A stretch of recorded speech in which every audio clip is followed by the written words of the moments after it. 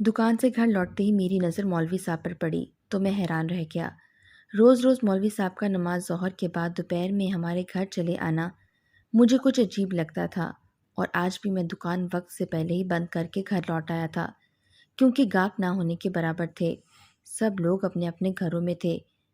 جیسے ہی میں گھر میں داخل ہوا تو حیران رہ گیا کہ مولوی صاحب اور میری بیوی بیٹھے باتیں کر رہے تھے، اور مجھے دیکھتے ہی وہ دونوں خاموش ہو گئے تھے۔ میری نظر میں مولوی صاحب کی بہت عزت تھی، اور میں انہیں بہت احترام کی نگاہ سے دیکھتا تھا، اسی لیے وہ جب بھی میرے گھر آتے تو مجھے خوشی محسوس ہوتی۔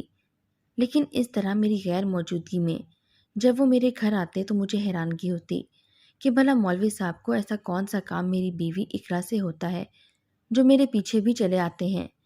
مجھے دیکھ کر مولوی صاحب نے خود ہی سلام کیا اور جانے کے لیے اٹھ کھڑے ہو گئے۔ میں نے اپنی بیوی اقرا سے کہا کہ گرمی بہت ہے، مولوی صاحب کو کوئی شربت وغیرہ پلا دو۔ اتنے میں مولوی صاحب نے کہا کہ وہ شربت پی چکے ہیں، انہیں آئے کافی دیر ہو گئی ہے اور اب انہیں جانا چاہیے۔ یہ کہہ کر وہ چلے گئے اور میں حیرت سے انہیں جاتا دیکھتا رہا۔ نہ جانے وہ کتنی دیر سے آئے بیٹھے تھے کہ شربت بھی پی چکے تھے۔ میں نے اپنی بیوی اقرا سے پوچھا کہ بھائی خیریت تو ہے جو مولوی صاحب اتنی دوپہر میں آئے تھے؟ اس نے کہا کہ جی، مسجد سے واپسی پر ہمارا گھر پڑتا ہے تو وہ خیر خیریت کے لیے آ جاتے ہیں۔ مجھے مسجد کے امام صاحب پر بھروسہ تھا، اسی لیے میں نے اس بات پر زیادہ بحث نہیں کی تھی، ورنہ اگر کوئی اور ہوتا تو میں اقرا سے بہت بری طرح سے پیش آتا۔ مجھے میری بیوی کا کہیں آنا جانا اور کسی سے ملنا جلنا پسند نہیں تھا۔ میں ایک ایسے گھرانے سے تعلق رکھتا تھا جہاں عورت صرف چار دیواری کے اندر کام کاج کے لیے موجود رہتی ہے اور باہر کی دنیا سے اس کا کوئی تعلق نہیں ہوتا۔ میری طرف سے بھی اقرا کو کہیں آنے جانے کی اجازت نہیں تھی اور نہ ہی کسی سے تعلق بنانے کی، یہاں تک کہ وہ آس پاس پڑوس میں بھی نہیں جا سکتی تھی۔ ایک دن میں نے بہت ادب سے مسجد کے امام صاحب کو اپنے گھر چائے پر مدعو کیا تو اتفاق سے وہ میرے گھر تشریف لے آئے اور یوں ان کی ملاقات اقرا سے ہوئی۔ اس کے بعد اکثر ہی وہ ہمارے گھر آتے جاتے رہتے ہیں۔ جب بھی کبھی مسجد سے وہ میرے ساتھ باہر نکلتے تو خود ہی میرے گھر چلے آتے۔ مجھے یہ بھی سوچ کر خوشی محسوس ہوتی کہ مولوی صاحب کے نیک قدم ہمارے گھر میں پڑنے سے ضرور برکت ہوگی۔ لیکن آہستہ آہستہ یہ سلسلہ بڑھتا چلا گیا اور مولوی صاحب روز آنے لگے، اور اب تو وہ میری غیر موجودگی میں بھی تشریف لے آتے تھے۔ میری بیوی اقرا بہت حسین عورت تھی۔ اس کا تعلق ایک پٹھان قبیلے سے تھا اور وہ بالکل پٹھانوں کی طرح گوری چٹی لمبی چوڑی تھی کہ جو بھی اسے دیکھتا تو اس کی خوبصورتی کی تعریف ضرور کرتا۔ اسی لیے میں اقرا کو کسی کے سامنے جانے بھی نہیں دیتا تھا، کیونکہ مجھے یہ خوف محسوس ہوتا تھا کہ کہیں وہ مجھے چھوڑ کر کسی اور کے ساتھ نہ چلی جائے۔ میری طرف سے اقرا کو چھت پر جانے کی بھی اجازت نہیں تھی۔ ہماری گلی کے کونے پر اوباش نوجوان کھڑے رہتے تھے اور ہماری چھت سے گلی کا کونا صاف نظر آتا تھا، اسی لیے تو اقرا جب کپڑے دھوتی تو چھت پر ڈالنے کا کام بھی میں ہی کرتا۔ لیکن مجھے کیا خبر تھی کہ میرا یہ سب کسی کام نہیں آئے گا، بلکہ الٹا میرے لیے وبال جان بن جائے گا۔ ایک دن اقرا نے پلاؤ بنایا تو مولوی صاحب کے لیے ایک پلیٹ علیحدہ سے نکال کر رکھ دی اور کہنے لگی کہ دکان پر جاتے وقت مولوی صاحب کو دے جانا۔ اتفاق سے دکان پر مال آ گیا اور اس مال لانے والے لڑکے کے فون پر فون آنے لگے، تو میں نے اقرا سے کہا کہ امام صاحب کے گھر آج تم پلیٹ دے کر آ جاؤ، میرے پاس ابھی وقت نہیں ہے۔ یہ سن کر اقرا نے خوشی خوشی حامی بھر لی اور میں دکان کے لیے نکل گیا۔ جب گھر واپس پہنچا تو اقرا بہت خوش تھی۔ میں نے اسے پوچھا کہ امام صاحب کو پلاؤ دے آئی ہو، تو وہ کہنے لگی جی دے آئی ہوں، وہ لوگ تو بہت اچھے لوگ ہیں۔ کافی عرصے بعد میں نے اقرا کے چہرے پر مسکراہٹ دیکھی تھی، ورنہ وہ ہمیشہ خاموش رہا کرتی تھی۔ اس دن کے بعد سے جب بھی اقرا کچھ پکاتی تو وہ امام صاحب کے لیے علیحدہ کرتی تھی اور یہ مجھ سے کہتی کہ میں خود دے آؤں گی۔ امام صاحب کی بیوی اقرا کی بہت اچھی دوست تھی۔ یہ سن کر میں کہتا کہ ٹھیک ہے چلی جاؤ۔ اب اکثر ہی اقرا امام صاحب کے گھر چلی جاتی یا پھر امام صاحب ہمارے گھر آ جاتے۔ ایک دن میں نے اقرا کو امام صاحب کے گھر جانے سے منع کر دیا تو اسے اچانک دورہ پڑنے لگا۔ میں کھانا کھانے بیٹھا ہی تھا کہ باورچی خانہ سے اقرا کی سسکیوں کی آواز آنے لگی، اور جب میں نے جا کر دیکھا تو وہ رو رہی تھی، اور اس کے بعد وہ مستقل روتے ہی جا رہی تھی، یہاں تک کہ میرے لیے اسے سنبھالنا مشکل ہو گیا۔ میں پریشان ہو کر امام صاحب کو بلا لایا تو امام صاحب نے مجھے کمرے سے باہر جانے کو کہا اور کچھ دیر اس کے ساتھ وقت گزارا، اور اس کے بعد جاتے جاتے مجھے کہا کہ اقرا اب ٹھیک ہے، تم فکر نہ کرو۔ جب میں کمرے میں گیا تو اقرا پرسکون سی بیٹھی تھی۔ میں حیران تھا کہ امام صاحب نے ایسا کیا کیا ہے جو اقرا بالکل ٹھیک ہو گئی ہے، جبکہ میں اسے 1 گھنٹے سے چپ کروانے کی کوشش کر رہا تھا، لیکن وہ تو ایک ساتھ زور زور سے روتی چلی جا رہی تھی۔ میں نے اقرا سے کچھ پوچھنا چاہا، لیکن پھر کچھ سوچ کر چپ ہو گیا۔ 2-3 دن امام صاحب باقاعدگی سے ہمارے گھر آتے رہے، اور پھر جب ایک دن امام صاحب نہ آئے اور جب وہ کھانا لے کر ان کے گھر جانے لگی تو میں نے دوبارہ سے انکار کر دیا۔ میں دیکھنا چاہتا تھا کہ اقرا کا رد عمل کیا آتا ہے، اور میری امید کے مطابق اسے دوبارہ سے وہی رونے کا دورہ پڑ گیا، اور پھر سے وہ سسک سسک کر رو رہی تھی۔ میرے لاکھ چپ کروانے کے باوجود بھی وہ چپ نہیں ہو رہی تھی۔ میں نے غصے میں آ کر اس کے چہرے پر ایک تھپڑ مار دیا، لیکن وہ پھر بھی چپ نہیں ہوئی تھی، بلکہ اس کے رونے میں تو شدت آ گئی تھی۔ میں نے تنگ آ کر دوبارہ امام صاحب کو بلایا۔ امام صاحب ایک بار پھر اقرا کے ساتھ کمرے میں تھے، اور میں کمرے سے باہر ٹہل رہا تھا۔ نہ جانے کیا چکر چل رہا تھا جس سے میں بالکل انجان تھا۔ امام صاحب جا چکے تھے۔ اقرا کو اس وقت بھری نظروں سے دیکھ رہا تھا۔ ان دونوں کے درمیان جو چل رہا تھا وہ مجھے سمجھ آ رہا تھا، لیکن میں امام صاحب جیسے شخصیت پر بغیر ثبوت کے الزام نہیں دھر سکتا تھا، کیونکہ محلے میں امام صاحب کا ایک مقام تھا، ہر کوئی ان کا عقیدت مند تھا۔ 2-4 دن بعد پھر مجھے کسی کام سے جانا پڑ گیا تو میں نے دیکھا کہ اقرا مولوی صاحب کے گھر کی طرف جا رہی ہے۔ میرے دل میں اقرا کے لیے شک آ چکا تھا، بلکہ مجھے اچھے سے یقین تھا کہ وہ اور مولوی صاحب مل کر میرے ساتھ دھوکہ کر رہے ہیں۔ میں نے خاموشی سے اقرا کا پیچھا کرنا شروع کر دیا، اور جب وہ مولوی صاحب کے گھر میں داخل ہوئی تو میں بھی ادھر ادھر دیکھنے کے بعد ان کے گھر کی چھوٹی سی دیوار پھلانگ کر اندر داخل ہو گیا۔ وہ دونوں ایک چھوٹے سے کمرے میں موجود تھے۔ میں کمرے کی کھڑکی سے جھانک کر اندر کا منظر دیکھ رہا تھا، اور یہ دیکھ کر میرے قدموں تلے سے زمین نکل گئی کہ اقرا تو امام صاحب کے ساتھ وہ سب باتیں کر رہی تھی جن کا میں نے تصور بھی نہیں کیا تھا۔ اقرا کے الفاظ میرے لیے ایسے تھے جیسے کسی نے میرے جسم میں پگھلا ہوا سیسا ڈال دیا ہو۔ اقرا میری عزت کو تار تار کر چکی تھی۔ مجھے ایسا محسوس ہو رہا تھا کہ جیسے میں کسی کو منہ دکھانے کے لائق بھی نہیں رہا۔ میری شادی آج سے 8 سال قبل ہوئی تھی۔ میں اقرا کے ابا کی دکان پر کام کرتا تھا۔ اقرا اکثر دوپہر کو کھانا لے کر دکان پر آتی تھی۔ میں جب بھی اقرا کو دیکھتا تو میرا دل دھڑکنا بھول جاتا۔ وہ اپنے دوسرے قبیلے کی عورتوں کی طرح پردہ نہیں کرتی تھی، لیکن اس کا حسن تو ابھی بھی قیامت خیز تھا۔ میری نظر جب بھی اس پر پڑتی تو پلک جھپکنا تک میں بھول جاتا تھا۔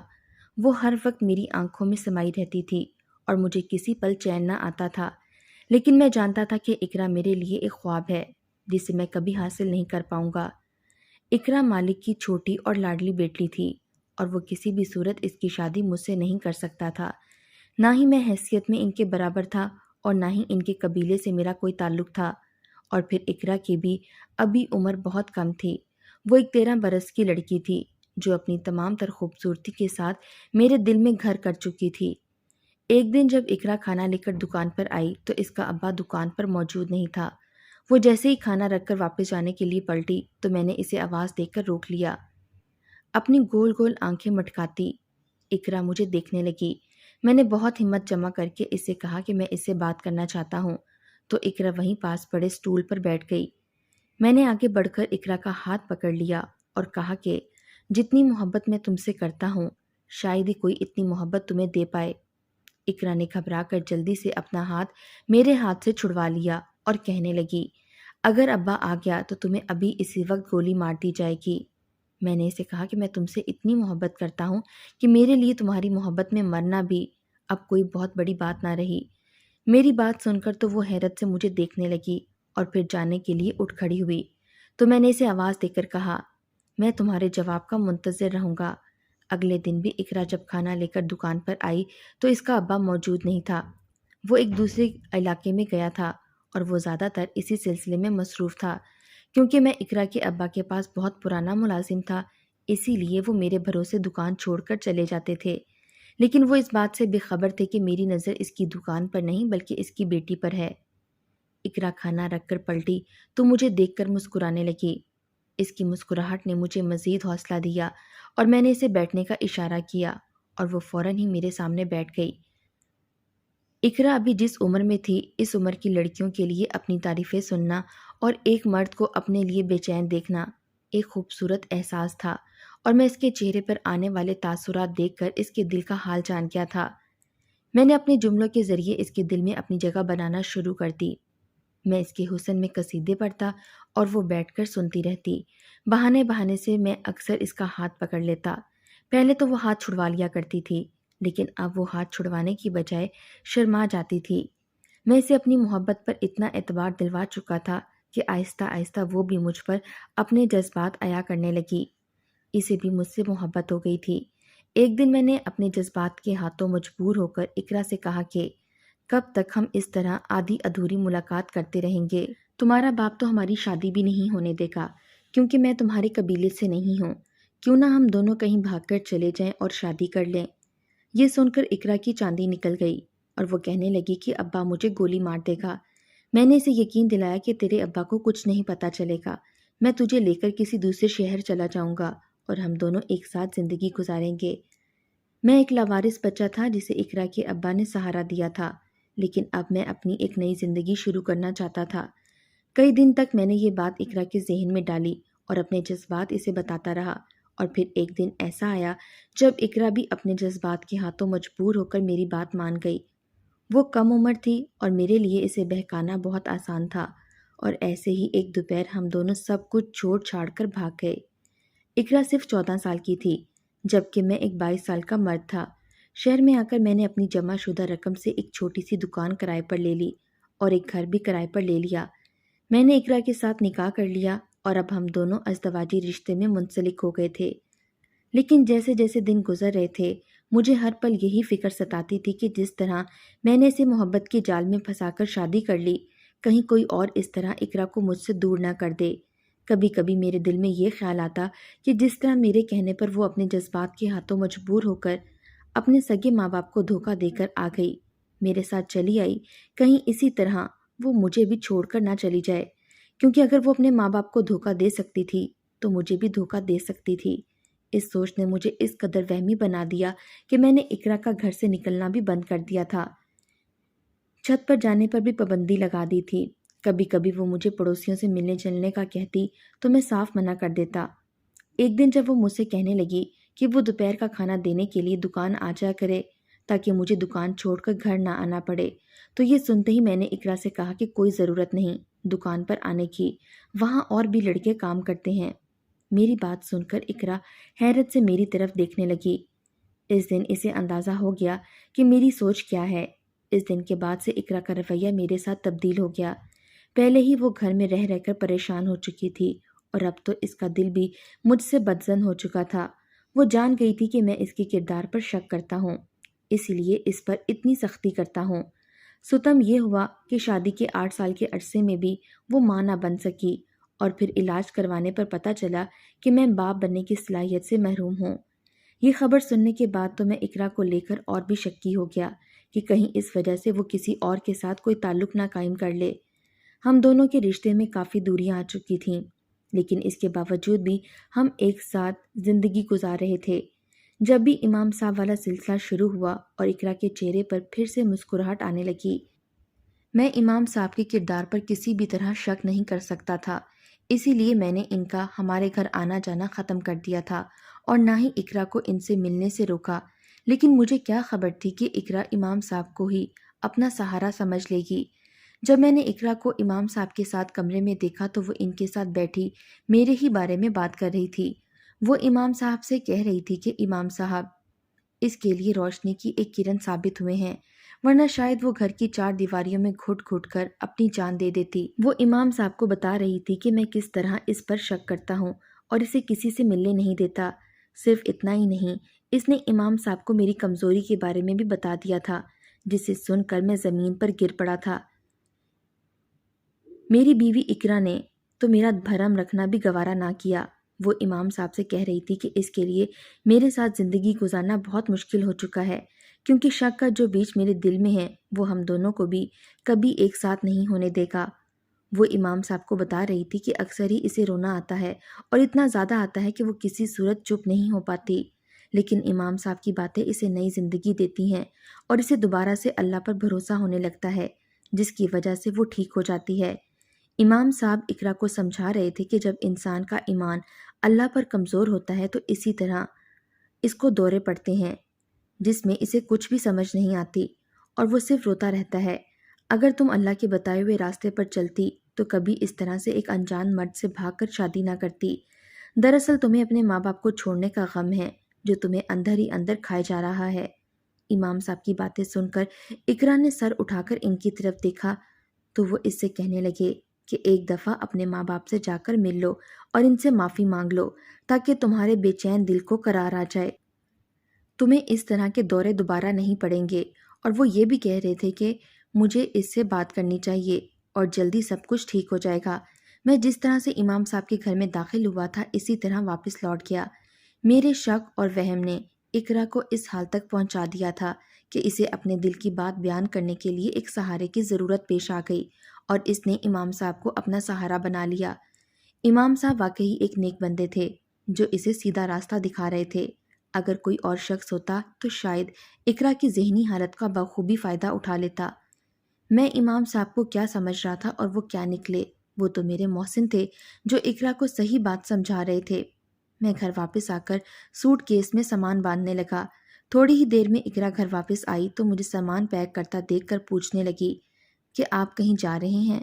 میں نے اقرا سے کہا کہ نہیں، ہم جا رہے ہیں، ہم واپس اسی شہر جا رہے ہیں جہاں سے میں تمہیں لے کر آیا تھا۔ ہم تمہارے ماں باپ سے معافی مانگ لیں گے، مجھے یقین ہے وہ ہم دونوں کو قبول کر لیں گے۔ میری بات سن کر اقرا حیران رہ گئی۔ میری نظر میں یہی ایک راستہ تھا جس سے میں اقرا کے درمیان دوبارہ سے ایک رشتہ قائم کر سکتا تھا، اور میرے دل میں جو شک کے کانٹے چبھ گئے تھے وہ بھی اسی طرح ختم ہو سکتے تھے۔ واپسی کا سفر مشکل ضرور تھا لیکن ناممکن نہیں تھا۔ عرصے بعد میں اقرا کے چہرے پر رونق دیکھ رہا تھا۔ شاید قدرت نے ہمیں اسی لیے ماں باپ بننے سے محروم رکھا تھا، کیونکہ ہم نے اقرا کے ماں باپ کا دل دکھایا تھا، لیکن مجھے یقین تھا ایک دن سب کچھ بہتر ہو جائے گا۔